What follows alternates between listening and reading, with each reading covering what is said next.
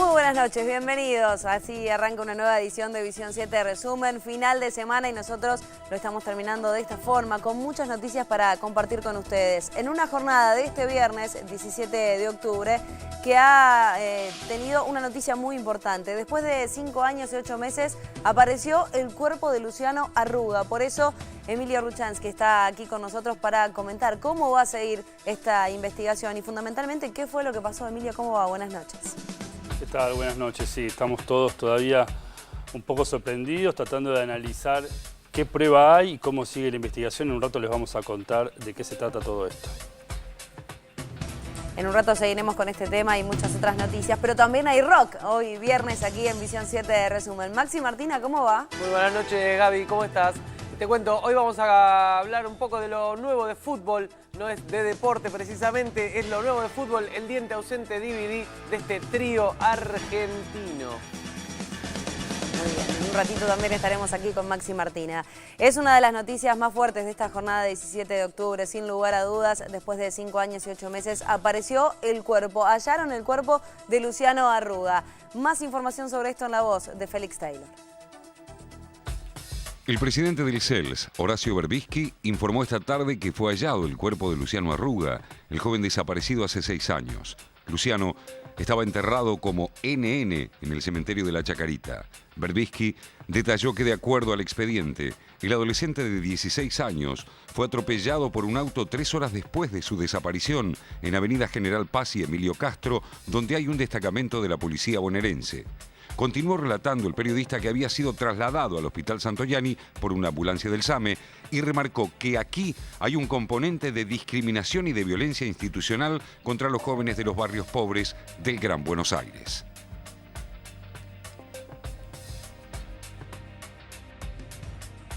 Luciano estaba enterrado en el cementerio de la Chacarita como NN.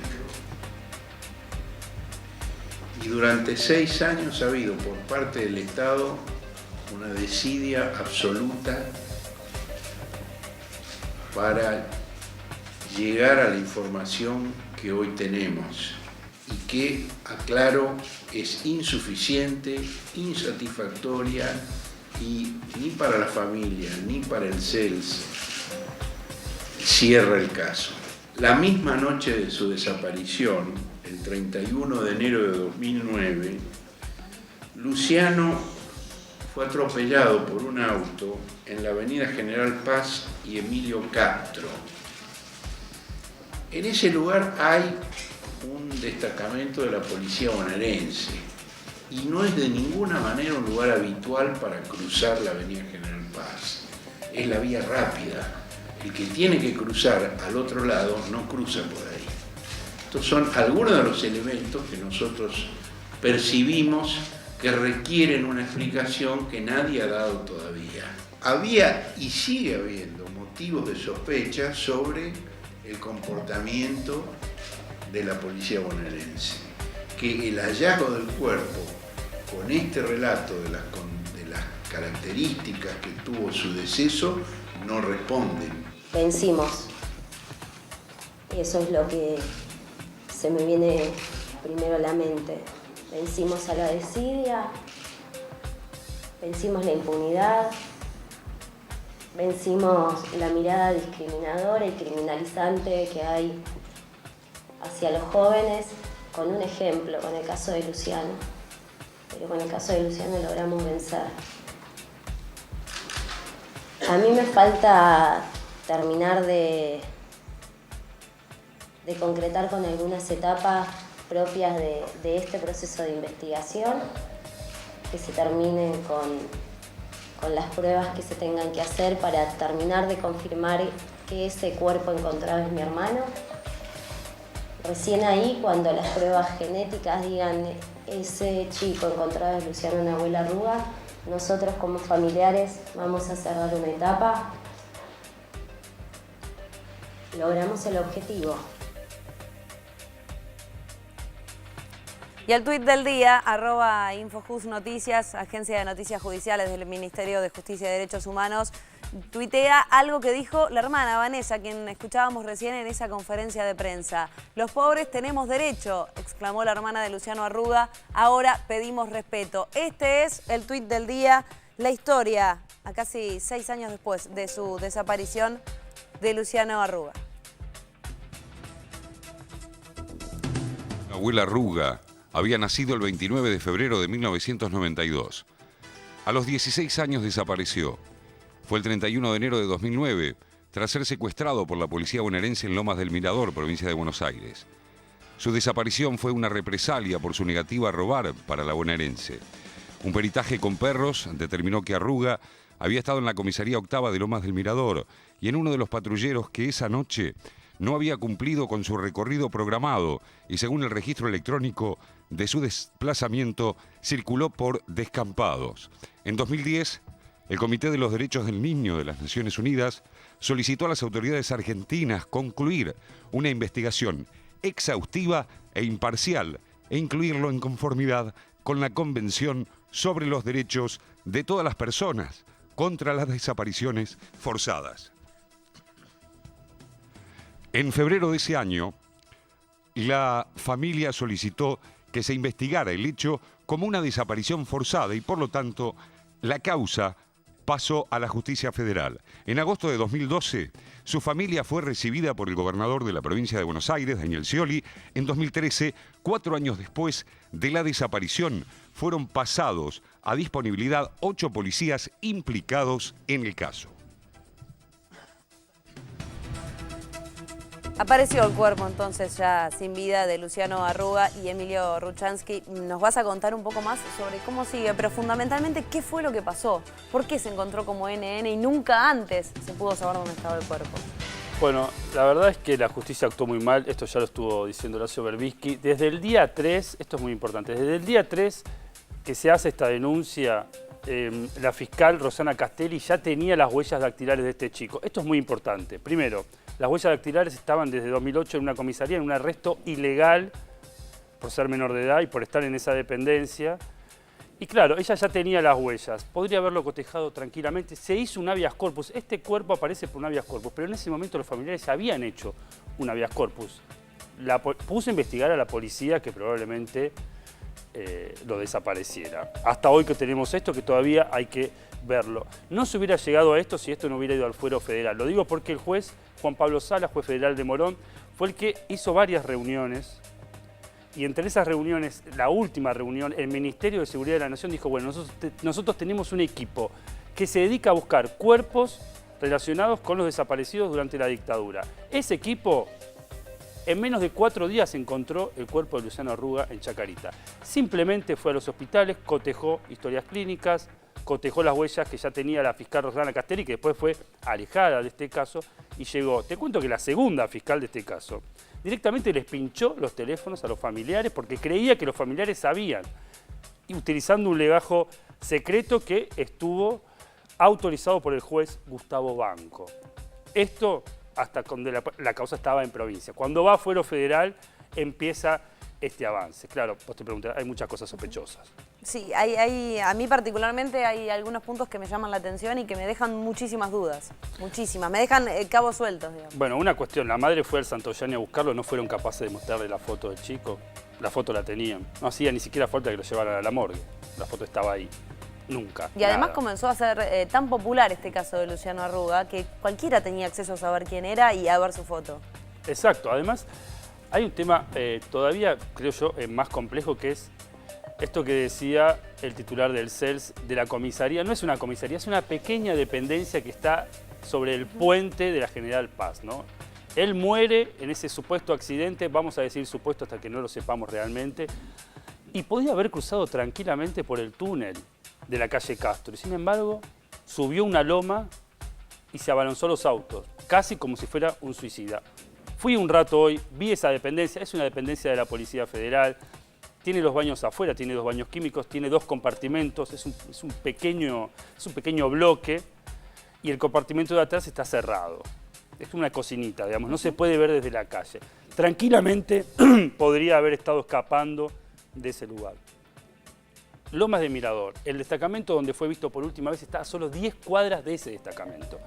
Que insisto, si fuera de la bonaerense sería casi obvia la complicidad, pero es de la Federal y hay que seguir investigando. Un dato estremecedor. El chico que protagoniza este accidente, él mismo llama a emergencias. Teniendo una casilla al lado, fue él el que tuvo que llamar, fue la Policía Federal la que intervino, lo llevó hasta el Santoyani. Te pregunto rápido por cómo sigue esto ahora, cómo sigue la investigación. El lunes se van a presentar varios papeles. Uno de ellos es la prueba de ADN, fundamental, más allá de que las huellas ya lo confirman. Después hacer una autopsia que va a ser muy compleja, porque como fue arrollado por un auto, ¿cómo distinguir si había heridas previas? Eso va a ser lo más complicado. Sin embargo, va a ser válida. Y bueno, vamos a ver qué pasó con el Santoyani, vamos a ver qué pasa con esa pequeña dependencia policial al costado de la General Paz. Hay muchos interrogantes, no cierra por ningún lado, la verdad. Digo, si alguien cree que con esto la policía bonaerense queda descartada, lamento decirle que no. 3 horas después de haberlo detenido en ese lugar y de haberlo torturado con otras personas en ese destacamento que atestiguan haberlo visto, aparece corriendo en el medio de la avenida General Paz cuando podría haber cruzado por otro lugar. Realmente no cierra por ningún lado. Bueno, es el peor final, pero por lo menos se encontró el cuerpo de Luciano Arruga. Ojalá que sirva, siempre se suele decir que el cuerpo de las personas, los cadáveres, sirven para despejar dudas y que hablan. Bueno, ojalá esta vez pueda llegarse al final. Es el principio de otra cosa también. Gracias. Es el principio de una investigación. Gracias, Emilio, por haber venido. Tenemos más información aquí en Visión 7 Resumen con nuestro picado de noticias.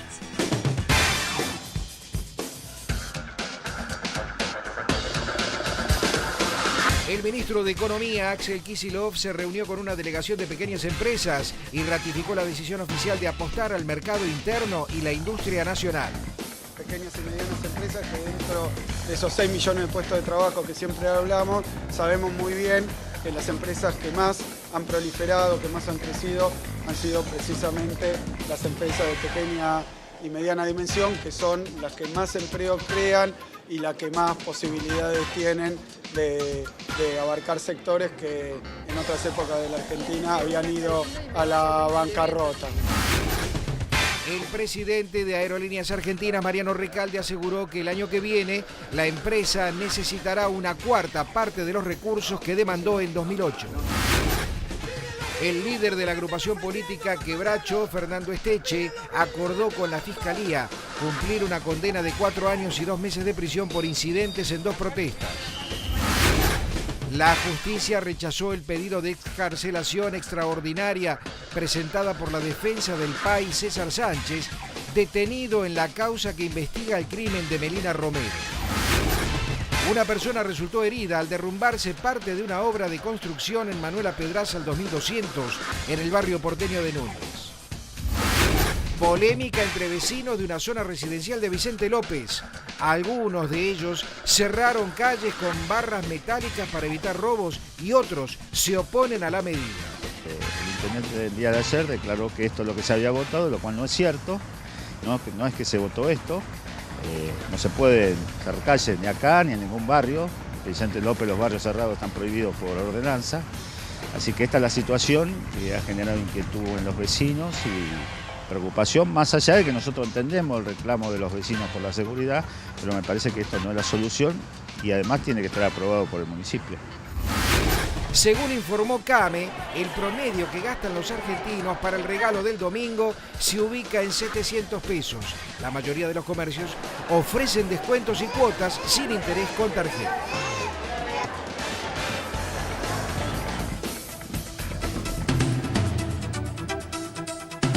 El G77 más China presentó el proyecto de convención internacional para regular las reestructuraciones de deudas soberanas para evitar el ataque de los fondos buitre. El proyecto fue presentado en la Asamblea General de las Naciones Unidas para que el Pleno pueda comenzar a tratarlo en los próximos días. Así lo informó a través de un comunicado la Cancillería Argentina.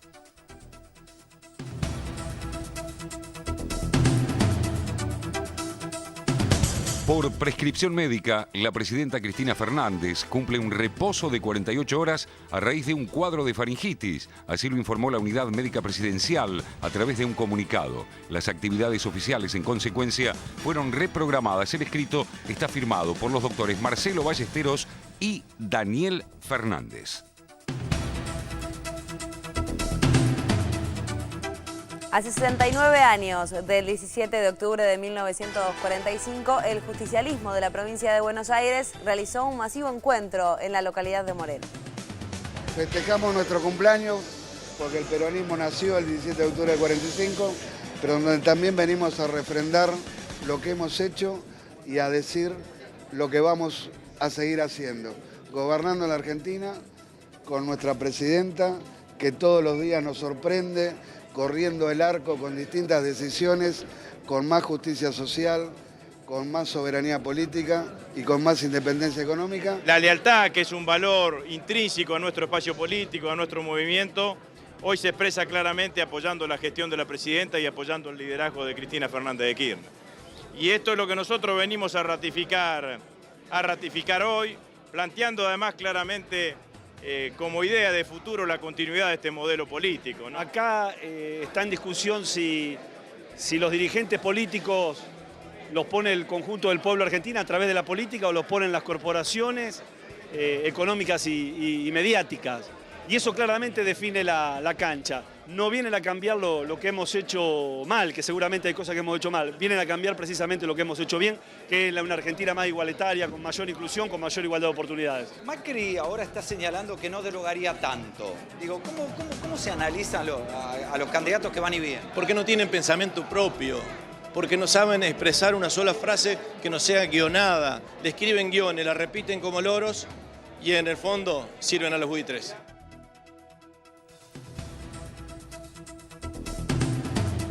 Se presentó la guía de aportes para pensar en la salud de las personas trans, de las que han participado muchos referentes del colectivo de jóvenes, la organización Capicúa.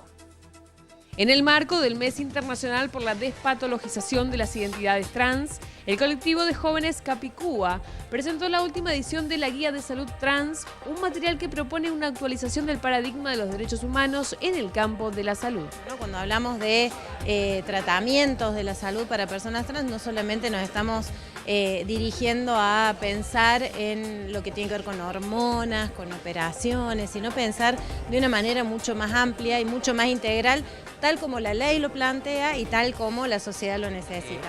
Es importante empezar a avanzar en concientizar a profesionales y a gente de la salud para, digamos, cuando las compañeras vayan a reclamar ese derecho, sepan cómo, o al menos tengan una noción o algo de, digamos, qué mirar como para empezar a brindar servicios respetando la integralidad de las compañeras travestis.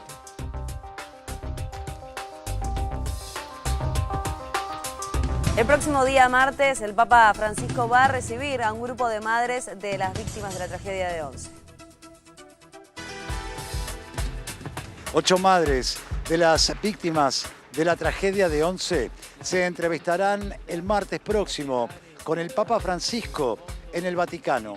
Una fecha muy especial, muy cercana al Día de la Madre, día muy doloroso para todas nosotros, pero esta vez con la posibilidad de que sea tan especial, recibiendo el aliento y el cariño del Papa Francisco, que siempre ha acompañado esta lucha desde el primer momento. Y bueno, 8 mamás llevando la voz del resto de los familiares y esperando traer para también todos los familiares el aliento y la fuerza necesaria para continuar este proceso en búsqueda de justicia. El juicio está promediando. Las mamás le pedirán al Papa que les dé fuerzas para encarar la última etapa en pos del objetivo, que se haga justicia. Es un proceso muy largo, es muy doloroso.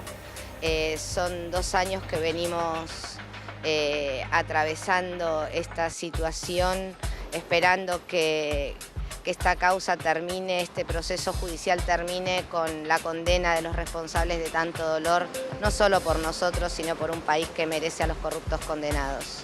El viaje coincide con el cumpleaños de Tatiana, una de las víctimas. Su mamá estará en el Vaticano.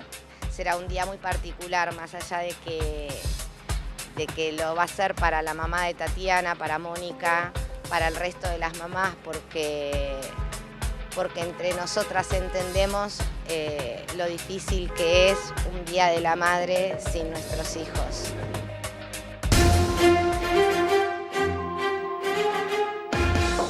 La información internacional nos lleva a España. Allí se informó oficialmente que los 4 pacientes ingresados en las últimas horas en Madrid y Tenerife, sospechados de estar contagiados de ébola, dieron negativo a las pruebas del virus. Hasta ahora, la única persona infectada en ese país es la enfermera Teresa Romero. En tanto, un trabajador sanitario que podría haber tenido acceso a muestras del fallecido por ébola en Estados Unidos fue aislado en un crucero turístico en el Caribe. Y en Estados Unidos, la Casa Blanca anunció el nombramiento de una persona para que lidere la respuesta ante el ébola en ese país. Se trata de Ron Klain, abogado y jefe de gabinete de 2 ex vicepresidentes, Al Gore y Joe Biden.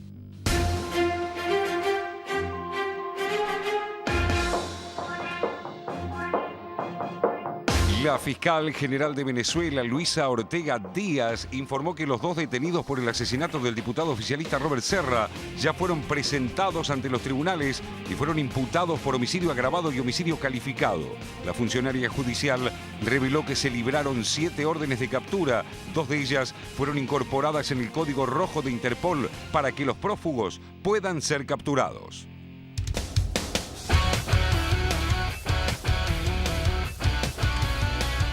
Abrió una nueva fecha aquí en la primera división del fútbol argentino. Sin embargo, no hubo goles. 2 partidos, 2 igualdades, 0-0. Uno de ellos fue Gimnasia recibiendo en La Plata a Olimpo de Bahía Blanca, que no puede ganar y que de esta forma sigue siendo el último de la tabla de posiciones de este torneo de transición de la primera división. Pero el otro encuentro que ha tenido esta jornada número 12, el segundo encuentro adelantado que se ha disputado en esta jornada de viernes, lo han protagonizado Quilmes y Atlético de Rafaela. Tampoco se sacaron diferencias, la Crema no pudo achicar las distancias que tiene con River. Y por el contrario, Quilmes sigue siendo último junto con Olimpo de Bahía Blanca. Estos fueron los 2 primeros partidos de una jornada que va a continuar mañana y que lo tendrá el domingo a partir de las 18:15. River jugando en el Monumental frente a Belgrano de Córdoba, obviamente por seguir siendo el líder. Hasta ahora es el único puntero.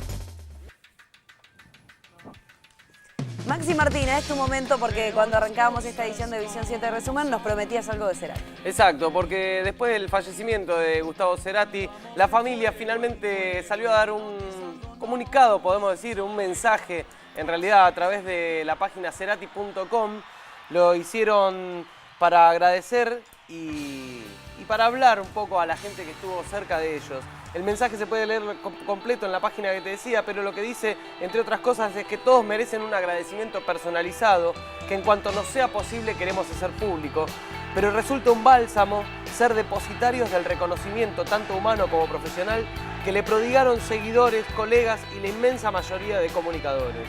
Para regocijo de todos queda su extensa obra, que es sin lugar a dudas lo que hace trascender y es lo que él hizo para compartir con el mundo. También aprovechó para negar algunos rumores que estaban dando vueltas sobre que ya se estaba trabajando en un documental y un libro biográfico sobre la vida de Gustavo Cerati. Por más que esto sea o no cierto, la familia dice que no está en condiciones ni de encarar un proyecto ni de participar en proyectos para contar la obra o la vida privada de Gustavo Cerati. Así que dice, lejos de cierto oportunismo, para alejar ciertas cosas oportunistas de este momento. Así que la familia de Cerati, lo pueden leer completo en cerati.com, el mensaje que envió la familia para toda la gente que estuvo cerca de Gustavo Cerati en estos últimos 4 años. Y que además fue muchísima también la que estuvo en las últimas horas de Gustavo Cerati antes de llegar a que sus restos estén en el cementerio, ya sean inhumados. Hoy se conocía la noticia de Luciano Arruga, sí, y el rock no es ajeno a esto. No, porque para irnos al corte queríamos pasar un poquito de lo que fue el disco Copla, canciones obligadas para Luciano Arruga, el disco que hizo Salta a la Banca, que en un momento eligió componer toda su música para un disco, toda con la temática, o sea, letras que recordaban como momentos para describir la situación por la que estaba pasando Luciano Arruga, en ese momento desaparecido, buscado por su familia. Así que Copla, canto obligado por Luciano Arruga, es un disco que te recomiendo si querés escuchar hoy, con letra de Salta a la Banca, dedicado a la historia de lo que fue este pibe que hoy apareció. Bueno. Escuchando esto nos vamos a hacer una pausa aquí en Visión 7 de Resumen. No se muevan que ya venimos con mucho más.